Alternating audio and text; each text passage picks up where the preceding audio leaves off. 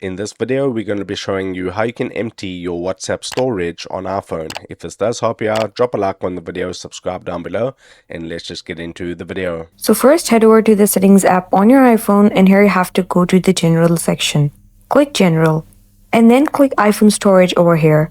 Now scroll through and find WhatsApp.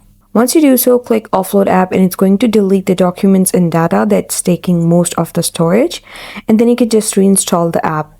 Or else you can just go to the WhatsApp app, and here you have to click your profile icon on the bottom right corner, and then you have to just scroll down and click storage and data. And here you have to click manage storage. Now it's going to bring you to this page, and here you have to click this larger than 5 MB. Just click over here on this arrow and it's going to bring you to this page, and here you have to click select.